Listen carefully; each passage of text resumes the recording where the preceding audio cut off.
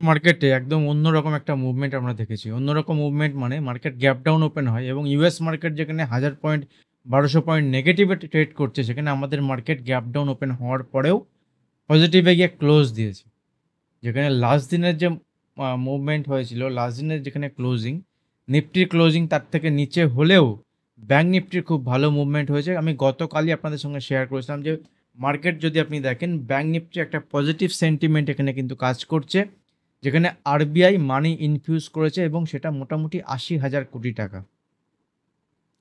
এবার ইউএসের যে ট্যারিফ, ইউএসের ডোনাল্ড ট্রাম্প যে ট্যারিফ ঘোষণা করেছেন এবং মোর দ্যান 126 দেশের উপরে যে ট্যারিফ ঘোষণা করেছে, তার বেসিসে আমাদের মার্কেটের সবথেকে বেনিফিটেড যে সেক্টর, সেটা হচ্ছে ফার্মা সেক্টর। কারণ ফার্মা সেক্টরের উপরেও এখনও পর্যন্ত কোনো ট্যারিফ ঘোষণা করেনি। এবং মর্নিংয়ে এটা অবজার্ভ করে আমি শেয়ার করেছিলাম যে ফার্মা সেক্টর একটা পজিটিভ সাইডে মুভমেন্ট হতে পারে। তার বেসিসে আমরা দেখেছিলাম বিভিন্ন ফার্মা সেক্টরের যে কোম্পানি, সেগুলো পজিটিভ সাইডে 6% 7% ওপেন হলেও মার্কেটে ওখান থেকে নিচের দিকে 3% 4% 5% নিচে গিয়ে ক্লোজ দিয়েছে। কিছু কিছু ফার্মা স্টক উপরের দিকে ক্লোজ দিয়েছে বা most of the Pharma stock কিন্তু নিচের দিকে এসে ক্লোজ দিয়েছে। এর কারণ হচ্ছে এটাই যে ফার্মা সেক্টর স্টকের উপরে কোনো ট্যারিফ এখনো পর্যন্ত লাগায়নি, বাট এটা বিচার বিবেচনার মধ্যে রয়েছে। তো এরকম অনেকগুলো বিষয় যেগুলো আজকের মার্কেটে হয়েছে, সেই মার্কেটের আজকের যে মুভমেন্ট, এই মুভমেন্টটা কিন্তু জাস্টিফাইড নয়। তার আরেকটা অন্যতম কারণ, বড় কারণ হচ্ছে যে আজকে আমাদের মার্কেটে উইকলি নিফটির এক্সপায়ারি ছিল। তো নিফটির এক্সপায়ারির জন্য মার্কেট সেখান থেকে নেগেটিভে গ্যাপ ডাউন ওপেন হলেও মার্কেট সেখান থেকে পজিটিভে গিয়ে সাইডে গেছে এবং মার্কেট এখান থেকে অনেকটা রিকভারি দিয়ে ক্লোজ দিয়েছে। যদিও নিফটির যেখানে ক্লোজ হয়েছে সেটা মার্কেটের জন্য খুব একটা ভালো ক্লোজিং নয়, বাট ব্যাঙ্ক নিফটির ক্ষেত্রে যদি দেখি, ব্যাঙ্ক নিফটির যেখানে ক্লোজ হয়েছে সেটা কিন্তু একটা ভালো ক্লোজিং আমরা বলতে পারি। এবার বিষয় হচ্ছে যে আজকে তো মার্কেট ঠিকঠাক করে দিয়েছে, মার্কেটে একটা পজিটিভ সাইডে মুভমেন্ট হয়েছে এবং আগামী কাল এবং সোমবার আমাদের দেখতে হবে যে ট্যারিফের ব্যাপারে আমাদের মার্কেট কতটা রিয়াকশান দিচ্ছে। ইতিমধ্যে ২-৩টে যে ফ্যাক্টর আছে তার মধ্যে ডলার ইন্ডেক্স, যেটা ডলার ইন্ডেক্স ১০১-এর কাছাকাছি এবং আমাদের ইন্ডিয়ান রুপি যদি দেখি, ইন্ডিয়ান রুপির যে ডেপ্রিসিয়েশন হচ্ছিল সেটাও কিন্তু এখন ডেপ্রিসিয়েশন হচ্ছে না। ইন্ডিয়ান রুপি ইউএস ডলারের দিকে যদি আমরা দেখি সেটা 85-এর কাছাকাছি, that is good for Indian market. Crude অয়েলের আজকে ৬-৭% ফল হয়েছে, that is good for Indian market. যদি আমরা দেখি উপরের লেভেল থেকে ২-৩% ফল হয়েছে, আর গোল্ডের উপরে ২-৩% ফল হয়েছে। এই সবগুলো কিন্তু ডলার ইন্ডেক্স ফলের জন্য এবং এর সঙ্গে সঙ্গে সিলভার যদি দেখি, সিলভার হায়ার লেভেল থেকে 4% 5%-এর ফল হয়েছে। এগুলো সবগুলোই কিন্তু ইন্ডিয়ান ইকোনমির জন্য এক প্রকার ভালো বলতে পারেন। বাট যদি অন্য ঘরে আগুন লাগে, তাহলে আমাদের ঘরেও তার ছিটেফোঁটা আগুন লাগবে, যেটা কিন্তু আজকের মার্কেটে তার বিন্দুমাত্র ছিল না। এবার দেখুন ইউএস মার্কেটের যে ট্যারিফ এসছে, ইউএস মার্কেট কেন ফল হচ্ছে? ট্যারিফ তো লেগেছে অন্য দেশের উপরে। তার কারণ হচ্ছে মোস্ট অফ দ্য কেস যদি আমরা দেখি, তাহলে ইউএসের মার্কেটে যে ট্যারিফ লাগিয়েছে, সে ট্যারিফ লাগানোর মানে কি? অন্যান্য দেশ যখন ইউএসএতে কোনো প্রোডাক্ট রপ্তানি করবে, ইউএসএতে যখন কোনো প্রোডাক্ট রপ্তানি করবে, তখন সেই প্রোডাক্ট রপ্তানি করার জন্য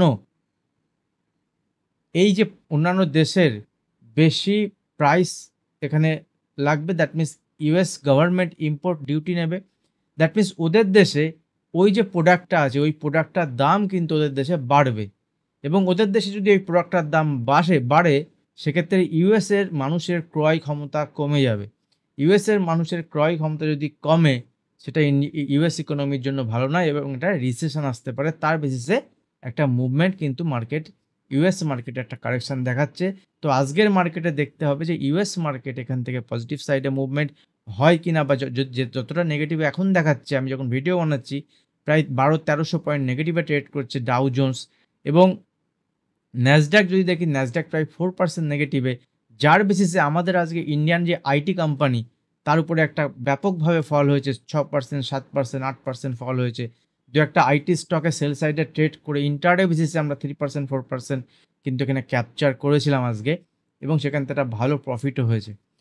তো ইন্ডিয়ান আইটি কোম্পানিগুলোর ফল হচ্ছে এই কারণেই, যদি ইউএসএ কোনো কারণে রিসেশন আসে ইউএসএ যদি ট্যারিফ লাগায় তার উপরে সবথেকে বেশি ইম্পোর্ট আমরা যেটা করি সেটা হচ্ছে আইটি কোম্পানি এবং এর উপরে কিন্তু ট্যারিফ লাগবে এবং যদি ইউএসএ রিসেশনও আসে সেটাও কিন্তু আইটি কোম্পানি এফেক্ট হবে। কারণ আমাদের আইটি কোম্পানির যত আমরা কোম্পানির যত সার্ভিস রিলেটেড কোম্পানি এগুলো সব আমরা ইউরোপে আমরা সার্ভিস দিই এবং তার বেসিসে দ্যাট মিনস সার্ভিস আমরা এক্সপোর্ট করি আর ওরা ইম্পোর্ট করে। তো তার বেসিসে আমাদের আইটি কোম্পানিগুলোতে একটা পজিটিভ নেগেটিভ সাইডে মুভমেন্ট হতে পারে। কিন্তু আইটি কোম্পানিগুলো যদি দেখি অনেকটা উপর থেকে ডিসিশন ভয় বলুন বা ট্যারিফ ভয় বলুন উপর থেকে কিন্তু ফল হচ্ছে এবং সামনে যে রেজাল্ট আসছে রেজাল্ট সেশনের প্রথমের দিকে যদি আমরা দেখি তাহলে আইটি কোম্পানিগুলোর রেজাল্ট আসে এবং আইটি কোম্পানি যদি রেজাল্ট ভালো হয় তাহলে এখান থেকে আইটি কোম্পানি আবার পজিটিভ সাইডে মুভমেন্ট হবে এবং মোস্ট অফ দ্য কোম্পানি সেখান থেকে পজিটিভ সাইডে মুভমেন্ট হতে পারে। বাট এই পরিস্থিতিতে আমি যেটা বললাম যে আজকের মার্কেট এবং আগামীকালের মার্কেট এবং আগামী সোমবারের মার্কেট ইম্পর্টেন্ট, যে মার্কেট এখান থেকে উপরে যাচ্ছে কিনা বা মার্কেট এখান থেকে শুধুমাত্র আজকের এক্সপায়ারির জন্য মার্কেট এখানে একটা জায়গাতে টিকিয়ে রাখা হয়েছিল। এবং কিছু স্টক আমি শেয়ার করব যে ক্রুড অয়েলের ফল হলে বা যা সিনারিও চলছে তাতে ওই স্টকগুলোতে কেমন মুভমেন্ট হতে পারে। গতকাল দুটো স্টক শেয়ার করেছিলাম, টি দিয়ে দুটো স্টক, আপনার নাম লিখবেন কমেন্ট সেকশনে যারা ভিডিও দেখেছেন যাদের মনে আছে এটা, এবং সেই দুটো স্টকে কিন্তু ভালো মুভমেন্ট আমরা দেখেছি, যদিও বা পজিটিভ সাইডে মুভমেন্ট ছিল, খুব ভালো মুভমেন্ট না হলেও পজিটিভ সাইডেও মুভমেন্ট হয়েছে এইরকম মার্কেটে। তো চলুন দেখে নিই মার্কেটে যে আগামীকালের জন্য ইম্পর্ট্যান্ট লেভেল কী থাকবে এবং সেখান থেকে ট্রেড প্ল্যান কিভাবে করা যেতে পারে। তো সিম্পল যদি দেখি আগামীকালের জন্য, দেখুন সিম্পল আমি আগামীকালের জন্য ট্রেড প্ল্যান কিভাবে করব এবং সেক্ষেত্রে আমার ইম্পর্ট্যান্ট লেভেল কি থাকবে। তো নিফটির ক্ষেত্রে দেখুন নিফটি এখানে যেখানে ওপেন হয়েছিল ওপেন হওয়ার পর উপরে গেছে, বা প্রিভিয়াস ডে লোয়ের নিচে লো বানিয়েছে, প্রিভিয়াস ডে হাইয়ের উপরে যেতে পারেনি। দ্যাট মিনস এখানে সিম্পল যদি প্রাইস অ্যাকশনের বেসিসে দেখি তাহলে নিফটি এখনও কিন্তু উইক।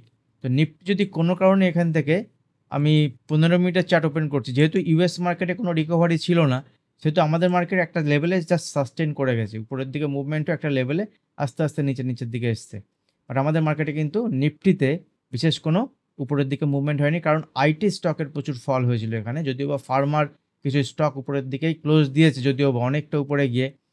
তো ব্যাঙ্কিং সেক্টর একটা সাপোর্ট ছিল, সেজন্য নিফটিতে একটা নেগেটিভ সাইডে মুভমেন্ট হয়নি। তো নিফটির ক্ষেত্রে আগামীকাল ইম্পর্টেন্ট থাকবে এখানে 23,200 লেভেল, যদি 23,200 লেভেল ব্রেক করে তো মোস্ট ইম্পর্টেন্ট লেভেল 23,140। গতকালের যে লেভেল ছিল দেখুন গতকালের লেভেল কিন্তু মার্কেট ব্রেক করেনি, গ্যাপ ডাউন ওপেন হলেও।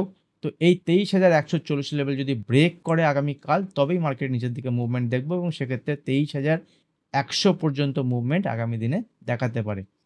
উপরের দিকে ট্রেড প্ল্যান তখনই হবে যদি নিফটি অ্যাটলিস্ট 23,350-এর উপরে 15 মিনিট ক্যান্ডেল সাস্টেন করে, অ্যাটলিস্ট 15 মিনিট যদি সাস্টেন করে দেন উপরের দিকে প্ল্যান করাতে পারে। সেখানেও উপরের দিকে 50 to 70 পয়েন্টের জন্য ট্রেড প্ল্যান আমি পার্সোনালি করব। যা কিছু এই ভিডিওতে আমি শেয়ার করছি only for educational purpose, learning purpose. আপনি যখন ট্রেড করবেন তো সেক্ষেত্রে আপনার নিজের অ্যানালিসিস নিজে করার পরেই ট্রেড প্ল্যান করবেন। যে স্টকগুলো শেয়ার করি সেগুলো only for learning purpose, educational purpose. আপনি যখন ট্রেড প্ল্যান করবেন আপনার অ্যানালিসিস অনুযায়ী, যদি আপনি রেট জানেন তো করবেন, যদি না জানেন তো ছেড়ে দেবেন। কারণ ট্রেড করার জন্য বিশেষ কিছু প্রসেস আছে ইন্টারডেতে, তার জন্য টাইমিং আছে, কিছু ক্যান্ডেলস্টিক প্যাটার্ন আছে, কিছু ডেটা আছে, যেগুলো যদি খুব সিম্পল বাট যদি আপনার জানা না থাকে, যদি আপনি প্র্যাকটিস না করতে পারেন, দ্যাট ইজ আপনার জন্য কিন্তু ইন্টার ট্রেডিং নয়, আপনার লস হওয়ার সম্ভাবনা বেশি থাকবে।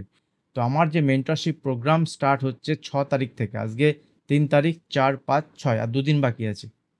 মোটামুটি অলমোস্ট সিট ফ্ল্যাপ হয়ে গেছে, তবুও এখনও যেহেতু ক্লাস স্টার্ট হচ্ছে, যদি কারোর ইচ্ছা থাকে ক্লাস করার, ইন্টারডে ট্রেড করার, শেখার, জানার, দেন ট্রেড করার, কারণ মার্কেট আপনাকে 2025-এ অপরচুনিটি দেবে ইন্টারডে ট্রেড করার জন্য। তো যদি আপনি সেই অপরচুনিটি বুঝে কাজ করতে চান, যদি অনেক লস করে থাকেন, দেন আপনি এখানে ট্রেড শেখার জন্য এবং কিছু ট্রিক্স ইন্টারডেতে trade, positionally trade, swing trade, এগুলোর জন্য খুব সিম্পল ওয়েতে কীভাবে আপনি করতে পারেন আপনার ক্লাসে জয়েন হতে পারেন। 5টা ক্লাস থাকবে এভরি সানডে, প্রত্যেক রবিবার সন্ধ্যে 6:30, 7টা থেকে ক্লাস স্টার্ট হবে। এবং আমি ডিটেলস আপনাদের যারা ক্লাসে জয়েন করছেন ডিটেলস আপনাদের আমি 5 তারিখে হোয়াটসঅ্যাপ গ্রুপ ক্রিয়েট করে সেখানে ডিটেলস আমি শেয়ার করব কীভাবে ক্লাস হবে। এবং ক্লাস অবশ্যই online face to face class হবে গুগল মিটের মাধ্যমে। যারা ক্লাস করতে চান হোয়াটসঅ্যাপে যোগাযোগ করুন এবং মোটামুটি অলমোস্ট সিট ফিল আপ হয়ে গেছে। যদি কেউ এখনও ইচ্ছুক থাকেন সেক্ষেত্রে আপনারা জয়েন করতে পারেন। একবার ক্লাস স্টার্ট হলে আবার নেক্সট ব্যাচ কবে হবে আমি বলতে পারব না। কারণ যখনই আপনাদের এরকম ইচ্ছা হয়, আপনারা যখন এরকম আমাকে আ ক্লাস করার জন্য আ জানতে চান, সেক্ষেত্রে আমি নতুন কোনো ব্যাচ স্টার্ট করি। তো এই গেল আমার নিফটি অ্যানালিসিস। নিফটিতে বিশেষ কোনো নেই। কারণ আগামীকাল শুক্রবার দেখব মার্কেট, দেন আমি এখান থেকে ডিসিশন নেব। যদি এখান থেকে ব্যাংক নিফটিকে দেখি, দেখুন ব্যাংক নিফটি কিন্তু এখান থেকে একটা ভালো ক্লোজিং আমরা বলতে পারি। এবং ব্যাংক নিফটি যে ক্লোজিং হয়েছে প্রিভিয়াস ডে লোয়ের কাছে ওপেন হয়েছে, প্রিভিয়াস ডে হাইকে ব্রেক করে উপরে গিয়ে ক্লোজ দিয়েছে। এবং ব্যাংক নিফটির যে সাপোর্ট লেভেল ছিল গতকালের ভিডিওতে আমি এটা ড্র করেছিলাম, এই দুটো এই সাপোর্ট লেভেলে সাপোর্ট নিয়েছে, উপরে রেজিস্ট্যান্স লেভেল রেজিস্ট্যান্স ফেস করেছে। এখন ব্যাংক নিফটির ক্ষেত্রে উপরের দিকে এক্স্যাক্টলি কিন্তু ব্যাংক নিফটি খুব ভালোভাবে কাজ করেছে এবং ইন্টারডেতেও আমি ব্যাংক নিফটি ট্রেড প্ল্যান করেছিলাম, সেখান থেকে আমাদের ট্রেড এখানে সাকসেসও হয়েছে ব্যাংক নিফটির ক্ষেত্রে। তো ব্যাংক নিফটির ক্ষেত্রে একটা স্টক আমি শেয়ার করব, যেটা ব্যাংক নিফটির মধ্যে নয় বাট ছোট একটা স্টক।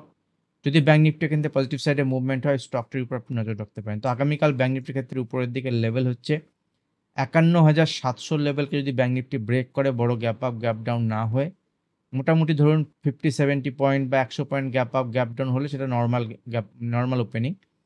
তো উপরের দিকে যদি এখান থেকে ৫১,৭০০ লেভেলের উপরে সাস্টেন করতে স্টার্ট করে, ব্যাংক নিফটি ৫১,৮৫০ থেকে ৫২,০০০-এর টার্গেটের দিকে ব্যাংক নিফটি এগোতে পারে। ৫১,৭৫০ দেন ব্যাংক নিফটি ৫১,৮০০, সরি ৫১,৭৫০ থেকে ৮০০, দেন ব্যাংক নিফটি ৫২,০০০।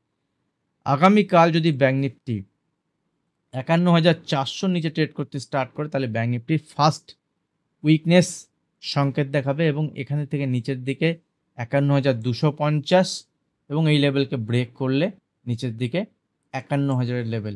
ফাইনালি মাথায় রাখবেন যে লেভেল আমি শেয়ার করেছিলাম ব্যাংক নিফটির ক্ষেত্রে, সেটা হচ্ছে 50,800 থেকে 50,900 ব্যাংক নিফটির ক্ষেত্রে সাপোর্ট লেভেল।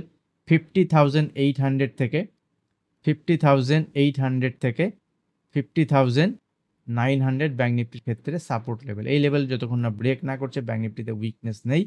এবং ব্যাংক নিফটি যেরকম আজকে প্যাটার্ন দেখিয়েছে, যদি এটা কন্টিনিউ করে, আমি আবারও বলছি, এই যে মুভমেন্টটা আজকে হয়েছে, এই মুভমেন্টটা কিন্তু অ্যাবনর্মাল মুভমেন্ট আজকের মার্কেটের ক্ষেত্রে, যেটা অন্যান্য সমস্ত মার্কেটে নেগেটিভ সাইডে মুভমেন্ট, আমাদের মার্কেটে পজিটিভ সাইডে মুভমেন্ট।